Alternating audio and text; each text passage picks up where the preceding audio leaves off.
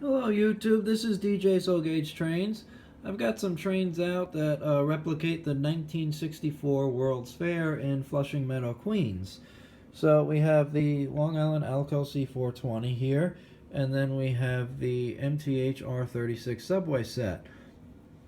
So both the MTA and the Long Island Railroad ordered new equipment for the 1964 World's Fair. So the Long Island Railroad ordered these really nice Alco C420 diesel engines to replace the Sea-Liners and the H16-44s that they were using. And the Sea-Liners came delivered in the gray and orange paint scheme just like the other engines were at the time, but the gray was darkened and the orange was given this really nice wave effect.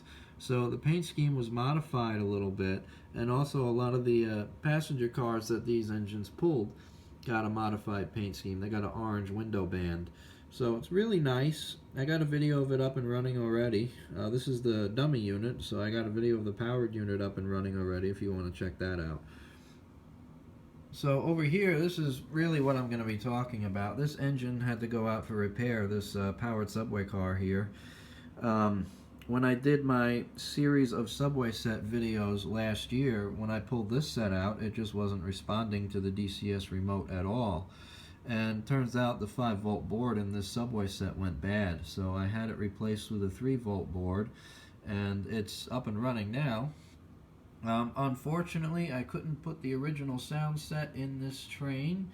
The 5-volt sound sets are not compatible with the 3-volt sound sets, so it has stops along the number 7 line, but it's the station stop sequence that was uploaded into the R12 gray subway set. So it's a local train now, and it only runs between Queensboro Plaza and Flushing Main Street. So it still announces Willets Point World's Fair, or Willets Point Flushing Meadows, where the World's Fair took place. So it still makes the stop, which is cool. Unfortunately, there are a couple of mistakes in that sound set, though. When the train gets to 61st Street Woodside, which is a transfer point to the Long Island Railroad, it announces transfer between the E, F, and double G trains. And when it gets to 74th Street and Broadway, which is where the actual transfer point to the E, F, and double G train is, it announces transfer to the Long Island Railroad. So, unfortunately, there are a couple of mistakes. Also, the train announces Queens Plaza rather than Queensboro Plaza. Queens Plaza is an underground station for the independent system that was right below Queensboro Plaza. It's actually still there.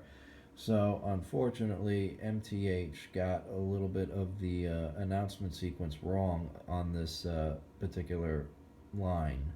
So, but it is better than nothing. It's the only 3-volt sound set available other than the low V's for the Flushing line, and I didn't want a low V sound set in this subway car set because the low V's don't sound anything like these more modern R36 cars. Actually, correction, they did do a New York Mets series subway set. Shea Stadium is along the Flushing line, but I listened to the announcements, and unfortunately that particular sound set was missing stations that I wanted to hear in the route, so I decided not to go with that one, and I decided to go with the R12 set.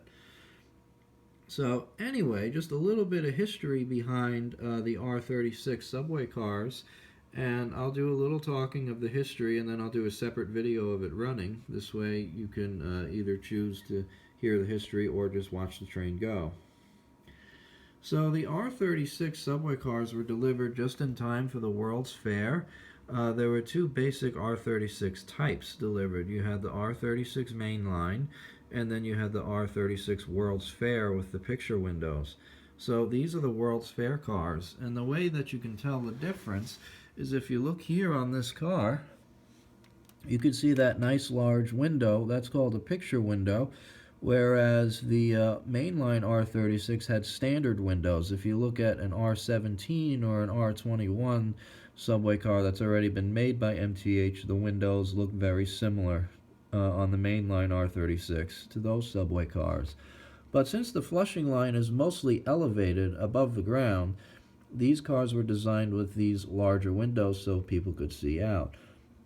And this is one of the most unusual and interesting routes in the transit system. It starts, well, back then it started at Times Square. Now it starts at 34th Street Hudson Yards. But back then it started at Times Square, and then you would go to Fifth Avenue, then Grand Central Station, and then the line would go underneath the Hudson River to Queens.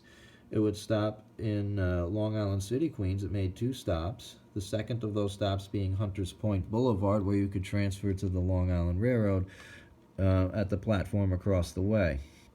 Once the train left Hunters Point Boulevard, now it's called Hunters Point Avenue, once the train left that station, it would come immediately out of the ground parallel to the Pennsylvania Railroad tracks going into Penn Station. So you could see the Pennsylvania Railroad trains. You could also see the Long Island Railroad trains coming in and out of Hunters Point Boulevard. The train then took a sharp left-hand turn over to Courthouse Square, which was a local stop, and then it made another sharp right-hand turn to the double-elevated Queensboro Plaza stop. Once it stopped at Queensboro Plaza, the train would then take a sharp right-hand turn and go over the Sunnyside Yards, which is the Pennsylvania Railroad storage tracks. So for a rail fanner, you get a lot of train action riding this line. You get to see the Pennsylvania Railroad's coach yards and the Long Island Railroads, and you get to see the tunnel portals in and out of Penn Station. So once it crosses over the yards, it is then running over Queens Boulevard, and the elevated structure over Queens Boulevard is a very, very nice stone structure. It looks completely different than anything else on the Transit Authority. It makes 3 local stops and then takes a sharp left-hand turn over back to the Long Island Railroad, where it makes its stop at 61st Street Woodside. It is now running over Roosevelt Avenue. After 61st Street Woodside, 2 stops down the line is the 74th Street Broadway stop, where you can transfer to the Independence subway. After that, there are several local and express stops. But the next major stop along the route is the site of the World's Fair, which is Willets Point and Shea Stadium. So after it makes its stop at the World's Fair, the train then goes back under the ground for its final stop at Main Street, Flushing.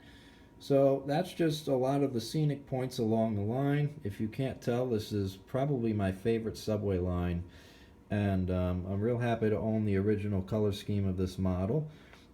A little more history is this line used to operate jointly with the BMT lines.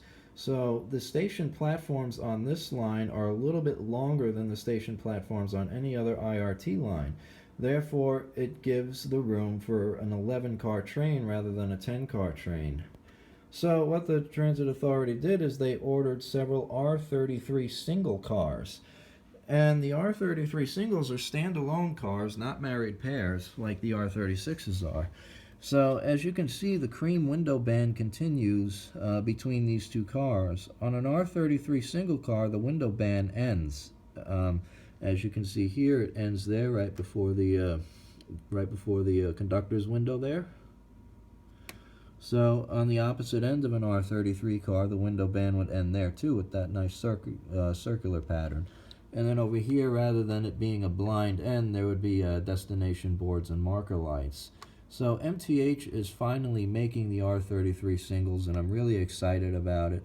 I did order the R33s, and I'm going to have 2 7-car trains in my collection once they arrive, 1 local and 1 express.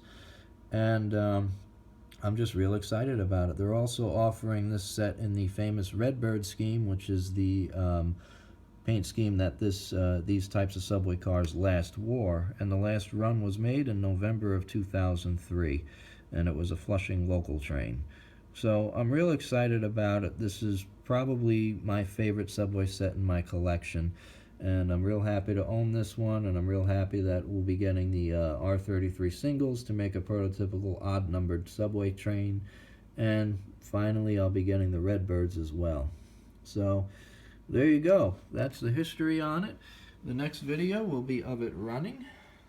So let's do one more shot of both types of World's Fair trains, the Long Island Railroad and the New York City Transit Authority. So thanks for watching, and the next video will be of it running. Bye-bye.